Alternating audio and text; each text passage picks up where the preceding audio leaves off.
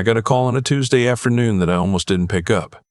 I didn't recognize the number, and at 63 years old, I've learned that unknown numbers are usually someone trying to sell me something I don't need. But something made me answer. Maybe instinct, maybe just boredom. I'd been sitting on my back porch watching the neighbor's dog dig up the same flower bed for the third time that week. "Is this Mr. Harmon?" a woman's voice asked. She sounded young, maybe mid-20s, and she was speaking carefully the way people do when they're trying to hold themselves together. "It is," I said. "My name is Jesse. I'm the cleaning person. I was hired through Sparkle Home Services to come clean your daughter's house today." I sat up straighter. My daughter Renee and her husband Colt had left 4 days earlier for a 10-day trip to Scottsdale, Arizona, some golf resort Colt had been talking about for months. I was the emergency contact on file because Renee had given the cleaning service my number when she first signed up, back before things between us got complicated. I don't think she ever thought they'd actually need to call me. "Okay," I said slowly. "Is everything all right?" There was a pause, a long one. "Sir," she said, and her voice dropped almost to a whisper. "I'm in the kitchen right now, and I don't know how to say this. I heard something upstairs. In the spare room. A sound." "What kind of sound?" "Crying," she said. "A child crying." I was already standing up. "Let me back up, because you need to understand who Renee is before any of this makes sense. Renee is my only daughter. Her mother, my late wife Joanne, passed from ovarian cancer 8 years ago, and after that it was just the two of us for a while. Renee was 24 when we lost Joanne. Old enough to handle it, you'd think, but grief doesn't care how old you are. We leaned on each other. We had Sunday dinners. We called each other just to talk about nothing. For a few years there, despite everything, we were close. Then she met Colt. I want to be fair here because I know I'm not an unbiased narrator, but I also want to be honest. And honestly, something about Colt Perkins never sat right with me from the beginning. He was charming in the way that some men are charming. Loud, confident, always the funniest person in the room according to himself. He sold commercial real estate and made decent money doing it, which he made sure everyone knew. He drove a truck that cost more than my first house. Renee fell for him hard and fast. Within 8 months of meeting him, they were engaged. Within 14 months, married. I walked her down the aisle and I smiled, and I meant it, mostly, because she was happy and Joanne would have wanted me to give him a chance. They had Owen 2 years into the marriage. My grandson, he came into the world on a Thursday in March, and I was in the waiting room with my hat in my hands. And when Renee let me in to see him, she was exhausted and glowing, and she put that tiny boy in my arms, and I fell apart. 61 years old, and stood there crying like it was the best day of my life, because it was close. Owen has his mother's eyes. Joanne's eyes, really. That same dark hazel that looks almost green in certain light. For the first year, I saw Owen often. I'd come over on Saturday mornings and watch him while Renee ran errands, or I'd bring dinner on Wednesday nights and stay until he fell asleep. Colt tolerated this more than he welcomed it, but he tolerated it. That was enough for me. Then things began to shift. It started small. Colt started making comments about how I just showed up too often. Then visits that had been standing plans got canceled with short notice. Then Renee stopped returning my calls as quickly. When I did see her, she seemed distracted, like part of her was somewhere else. I asked her once if everything was okay, and she said yes, everything was fine, and the way she said it told me everything was not fine. I didn't push. That was probably my mistake. I told myself she was a grown woman making her own choices, that I needed to respect her space, that things would come around. I kept showing up when I was invited. I kept sending cards on Owen's birthday. I kept being available without being pushy. Owen turned 3 last spring. By then, I was seeing him maybe once a month if I was lucky. At his birthday party. Just a small thing at the house, a few of Colt's work friends and their kids. Owen ran to me the moment I walked in the door. He grabbed my hand and dragged me to see his new train set, and he talked the whole time, barely pausing to breathe, the way little kids do when they have a lot to say and someone who will actually listen. Later, when I was leaving, he clung to my leg. "Pop, Pop, don't go," he said. I had to peel him off gently. Renee was watching from across the room with an expression I couldn't read. Colt wasn't watching at all. I drove home thinking about that face, about how a 3-year-old who has everything he needs doesn't usually hold on like that. I told myself I was overthinking it. I should have listened to my gut. The Sparkle Home Services card had been on my refrigerator for 2 years. Renee had given it to me with the note, "These are the people I use. You should try them." Typical Renee, always thinking I needed help with domestic things since Joanne passed. I'd never used them myself, but when Renee told me about the Scottsdale trip, she mentioned in passing that she'd scheduled a cleaning for while they were away, and she'd confirmed I was still the emergency contact. "Just in case," she'd said. "In case of what?" I'd asked. She'd shrugged and laughed and said, "I don't know, Dad, in case something happens." When Jesse called me that Tuesday, Renee and Colt had been gone since Friday morning. 4 days. The trip was 10 days total. They weren't due back until the following Monday. I asked Jessie if she was sure it was a child crying and not something else, a television maybe, or a radio left on. "I thought that at first," she said. "I was cleaning the hallway upstairs, and I heard it through the door to the room at the end of the hall. I knocked, and it stopped. But then it started again, and Sir, I've heard children cry. I have 2 little ones of my own." "That's a child." "Can you open the door?" I asked. "It's locked. From the outside. There's a bolt on the outside." Something cold moved through me then. A bolt on the outside. That's not how you secure a room that you don't want accessed.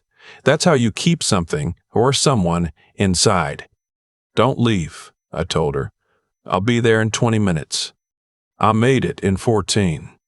I have a key to Renee's house. She gave it to me when they first moved in, back when things were better, and she'd never asked for it back. I used it now, hands steadier than I expected them to be as I unlocked the front door. Jessie met me in the entryway. She was young, like I'd imagined, with tired eyes and a cleaning company polo shirt, and she looked relieved to see me and also like she wasn't sure she'd done the right thing by calling. "Thank you for coming," she said quietly. "Where?" I said. She led me up the stairs and down the hall. The room at the end had always been designated as a home office. Colt's, supposedly, though every time I'd seen it, it had been a mess of golf magazines and unopened boxes. Now there was a simple bolt lock mounted to the outside of the door, shiny and new, recently installed. I stood there for a moment, then I knocked. Silence. "Owen?" I said. My voice came out rougher than I intended. "Owen, it's Pop Pop. Are you in there, buddy?" And then very small, very quiet. "Pop, Pop." I'm not going to pretend I handled what happened next with any kind of composure. I slid the bolt back and pushed the door open, and the smell hit me first. The close, stale air of a room that hadn't been properly ventilated, and under it something else. The smell of a child who needed a bath and a meal and someone to hold them. Owen was sitting in the corner of the room on a folded blanket. He was wearing pajamas that were too small for him, the ankles up past his shins. There was a plastic cup on the floor beside him, empty, and a sleeve of crackers that was mostly gone. A small battery-powered nightlight was plugged into the wall. That was it. That was everything in that room. My grandson looked at me and his face crumpled, and he started to cry, the way children cry when they've been trying very hard to be brave, and suddenly they don't have to be anymore. I crossed the room and picked him up and held him, and I didn't say anything for a long time. I just held him. When I was finally able to speak, I said, "It's okay, buddy. Pop's here. Everything's going to be okay." He smelled like stale crackers and dried tears, and he weighed almost nothing in my arms. And I think that was the moment something in me decided that, whatever happened next, certain things were never going to go back to how they were. Jessie called 911 while I was still holding Owen. I don't remember telling her to, but I'm glad she did because I was in no state to make phone calls. I carried Owen downstairs and sat on the couch with him, and he fell asleep against my shoulder within 10 minutes, exhausted in the way children get when they finally let go of the tension they've been carrying. The police arrived before he woke up. 2 officers, professional and calm, and they were kind to Owen when he did stir, crouching down to his level and talking to him gently. He told them in a 3-year-old's fragmented way about being in the special room and how Mommy said he had to stay there until they got back and how he ran out of water but was scared to make noise. He'd been in that room for 4 days. While the police were there, I tried to call Renee. It went to voicemail. I tried Colt. Same. I left messages that I kept carefully neutral. Just, call me. It's about Owen. It's urgent. I didn't trust myself to say anything else yet. Child Protective Services arrived about an hour after the police. The caseworker, a woman named Ms. Aldridge, was experienced in the way people get when they've seen too much. Not cold, just steady, nothing throwing her off balance. She assessed the room. She interviewed Owen as much as you can interview a 3-year-old. She made notes. The bolt was installed recently, she said to me at one point. Not a question. I've never seen it before, I told her. And I've been in that house many times. She nodded and wrote something down. They let me take Owen to the hospital to be checked out. He was malnourished. Not dramatically, not at a crisis level, but measurably. He'd lost weight. He was dehydrated. The pediatrician who examined him, a soft-spoken man who chose his words carefully around me, said that 4 days without adequate food or water in an enclosed space was a significant welfare concern for a child Owen's age. I sat in the plastic chair next to Owen's hospital bed, and I watched him eat crackers and apple juice, and I thought about Renee and Colt in Scottsdale. I thought about a golf resort with a pool and room service and 10 days of vacation while my daughter's son, their son, sat alone in the locked room with an empty cup. My hands were shaking. I pressed them flat against my thighs and breathed. Renee finally called back around 8 that evening. I stepped into the hallway to answer. Dad, what's going on? She sounded annoyed before she even knew what I was going to say. We're at dinner. I had my phone in the room. Owen is in the hospital, I said. Silence. What happened? Is he? He's okay, I said, but I need you to hear me very carefully. I went to your house today because the cleaning service called me. They found Owen locked in the room at the end of the hall. He's been there since you left Friday, Renee. He had a sleeve of crackers and a cup that was empty when I found him. The silence on the other end went on long enough that I thought the call had dropped. Renee. We thought, she started and stopped. You thought what? I said. And I was genuinely trying to keep my voice from becoming what I felt. You thought a 3-year-old could manage 4 days alone in a locked room? It wasn't, it was supposed to be. She was crying now, or making the sounds of crying. Colt said he'd be fine, Dad. There was enough food for. There wasn't, I said. There really wasn't, and I need you to come home. They booked flights that night. They were back by the following afternoon. I won't pretend the conversations that followed were anything other than devastating.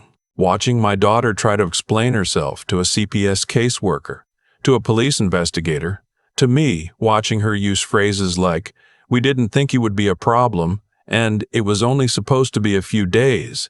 It was the kind of thing that changes how you see a person.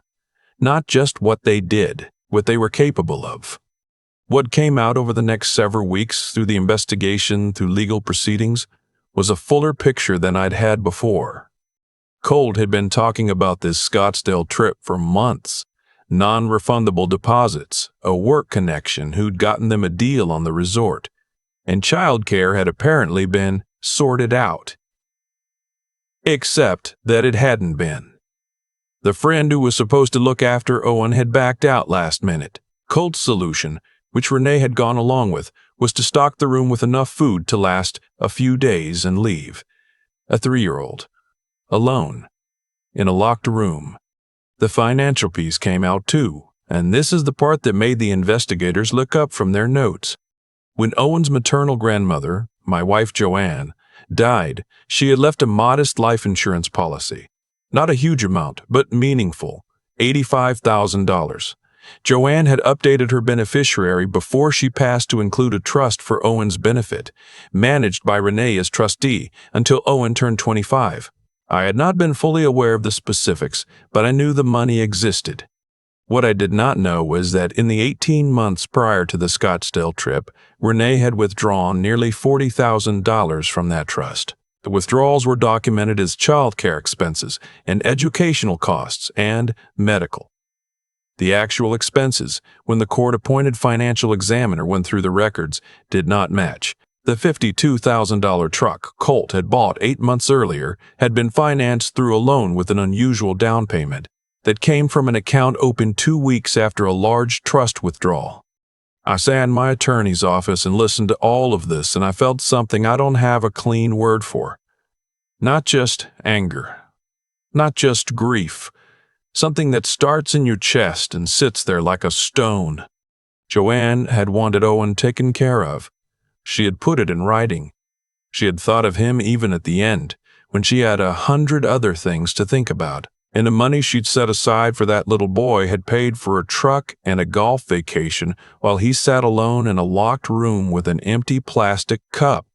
I won't pretend the legal process was fast or clean, because it wasn't. Family court rarely is. But I had several things working in my favor.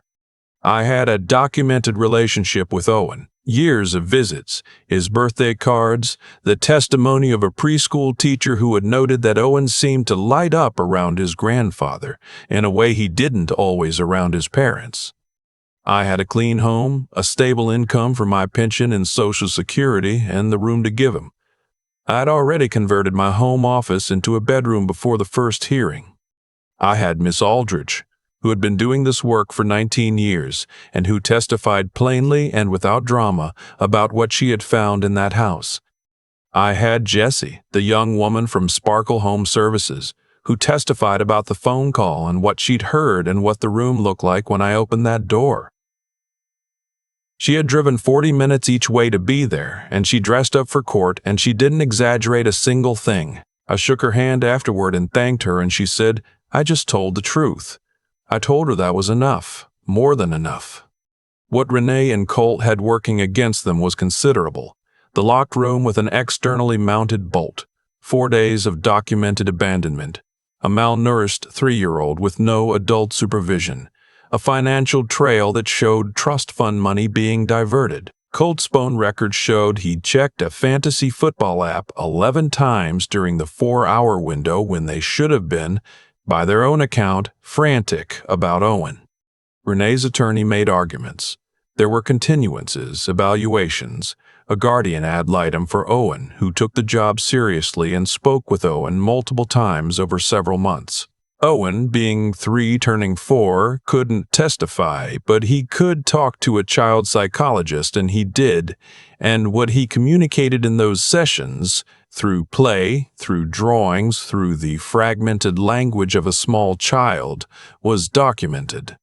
The judge was a woman in her late 50s who had clearly seen everything and was moved by none of it in a performative sense. She was moved by the facts. She listened to every side. She listened to every side. She read every document. She asked careful questions. She awarded me temporary guardianship within 3 months of the initial incident, pending full custody proceedings. Full guardianship followed 7 months after that. Renee and Colt were charged criminally, child endangerment and misappropriation of trust funds. The criminal case moved on its own timeline, separate from the family court proceedings. I won't know the final outcome of that for some time, but what I do know is that the evidence is documented, it is substantial, and the district attorney's office has been thorough. Owen has been living with me for almost 8 months now. He has a bedroom with a train set, a proper one, on a table I built in the garage on a weekend when he sat beside me handing me screws, one at a time like a very serious assistant. The walls are the particular shade of blue he picked out himself at the hardware store, holding paint swatches up to the light with enormous gravity, the way children make decisions when they understand that this one actually matters. He goes to preschool 3 mornings a week. His teacher told me at the last conference that he's doing well, that he's made friends, that he has a tendency to tell very long stories during circle time that go on past his allotted turn, and the other children listen anyway. I laughed at that, and she looked at me over her reading glasses and said, "He gets it from somewhere, I imagine." He still has bad nights sometimes. He doesn't like locked doors. Even in the bathroom, he'll leave the door slightly ajar. He slept with the light on for the first 3 months, and I let him, and I'll let him as long as he needs it. At his last checkup, the pediatrician said he was back to a healthy weight and tracking normally for his age. She wrote something in his chart and looked up and said, "He's a resilient kid." I nodded like I already knew, which I did, but it still meant something to hear. Some mornings I wake up early and go downstairs and he's already at the kitchen table, having woken up and gotten his cereal himself with great independence and mild spillage, and he looks up at me with those dark hazel eyes, Joanne's eyes, and says, "Pop, pop, I saved you some," and points to the box. I don't know what Joanne would say if she could see all of this, the good and the terrible and everything in between. I think about that sometimes in the evenings when Owen is asleep and the house is quiet. I think she would be heartbroken about Renee. I think she would be furious in that quiet, precise way she had. And I think, eventually, after all of that, she would look at Owen asleep in that blue room and she would find a way to call it enough. I'm still working on that part. But I get up every morning, I make breakfast, I tie small shoes that are increasingly able to be tied by their owner, a fact he reminds me of often. I drive to preschool and I pick up from preschool and I read the same 3 books in rotation at bedtime, and I am here every day without exception. That's what you do. You show up, you stay, you make it enough. And when a small voice calls out from a blue room in the middle of the night and says, "Pop, pop," I'm already awake, already moving down the hall, already saying, "I'm here, buddy," before I even reach the door. I'm always going to be here. I keep coming back to the bolt on the door. Not the legal proceedings, not the financial records, not even Owen's face when I open that door, though those things live in me too. It's the bolt. Someone bought it at a hardware store. Someone drilled it into the frame. Someone looked at that door, looked at their 3-year-old son, and decided that was an acceptable solution to an inconvenient problem. That's not a mistake made in a moment of weakness. That's a choice that required planning. I've spent a lot of time in the months since asking myself how a person gets there, and what I keep landing on is this: the things that went wrong in that house didn't start with a bolt and a hardware store run. They started much earlier, in smaller places, and choices that seemed low stakes at the time. The slow erosion of caring about what's right, not just what's convenient. The habit of looking at a hard situation and reaching for the easiest exit, instead of the honest one. That erosion doesn't happen overnight. It happens in increments, and by the time you notice it in yourself, if you notice it at all, it's already shaped who you are. What I know about Renee is that she wasn't born the person who did this. I raised her. I know who she was, and that's what breaks me most. Not the anger, but the knowledge that character isn't fixed. It's built or it's worn away, day by day, decision by decision, and at some point she stopped building it. Jessie, the young woman who made the call, she's the other side of that equation. She didn't have to do anything. She was there to clean a house, collect a check, go home to her own kids. Nobody would have known if she'd heard that sound and talked herself out of it. The room was locked. It wasn't her problem. She could have constructed a very reasonable story about why it wasn't her business. Instead, she picked up the phone. She told the truth. She showed up to court on her day off and told it again. That's not a grand gesture. That's just a person with a working moral compass, doing what it points to, even when it costs her something. I think about what Owen will be told someday, when he's old enough to understand any of it. I'm not going to lie to him. I'm not going to build a false story around people who hurt him. But I'm also going to tell him about Jessie, about what it looks like when an ordinary person does the right thing for no other reason than that it's right. what I want for him. What I'm trying to build in this house, in the small daily ways that actually matter, is a kid who thinks before he acts, who considers what's true before he considers what's easy, and who doesn't quit when things are hard. Not because life will reward him perfectly for it. I'm 63 years old. I know better than to promise him that. But because a person who leads with their conscience, who thinks clearly under pressure, and who gets back up after being knocked down, that person has something that can't be taken from them, not by circumstance, not by the people who let them down. Owen picked out the blue for his walls himself. He takes that train set seriously. He saves me cereal in the mornings. We're going to be okay.